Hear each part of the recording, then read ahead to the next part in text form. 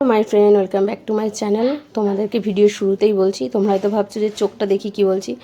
তো চোখটা হচ্ছে কি এটাই কারণ, 10ই ডিসেম্বর আমার ব্রাইডের কাজ ছিল। তো সেদিন সকালবেলায় ঘুম থেকে উঠে দেখি আমার চোখের অবস্থা এরকম।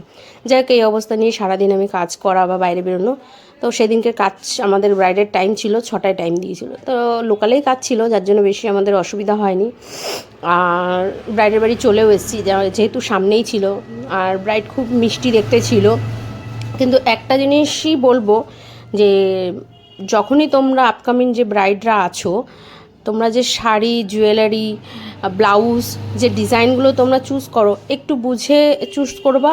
প্লাস হচ্ছে গিয়ে পারলে যে মেকআপ আর্টিস্টদের তোমরা হায়ার করবে, তাদের সাথে একটু ব্যাপারটা নিয়ে কনসাল্ট করে নেবে যে শাড়ির সাথে কোন ব্লাউজ পরলে ভালো লাগবে বা কোন শাড়িটা ভালো লাগবে। যেহেতু ম্যাক্সিমাম ব্রাইডরা বিয়ের দিনকে একটু রেডটাই পরে। এখন ইউনিক প্রচুর কালার আছে যেহেতু পরা হয়, কিন্তু তার সত্ত্বেও আমি বলবো শাড়ির কালারটা একটু বুঝে কিনবে। আমার সেদিনকে যে ব্যাপারটা হয়েছে, আমার যে ব্রাইড ছিল খুবই সুন্দর দেখতে ছিল, তার ব্লাউজও খুব সুন্দর ছিল।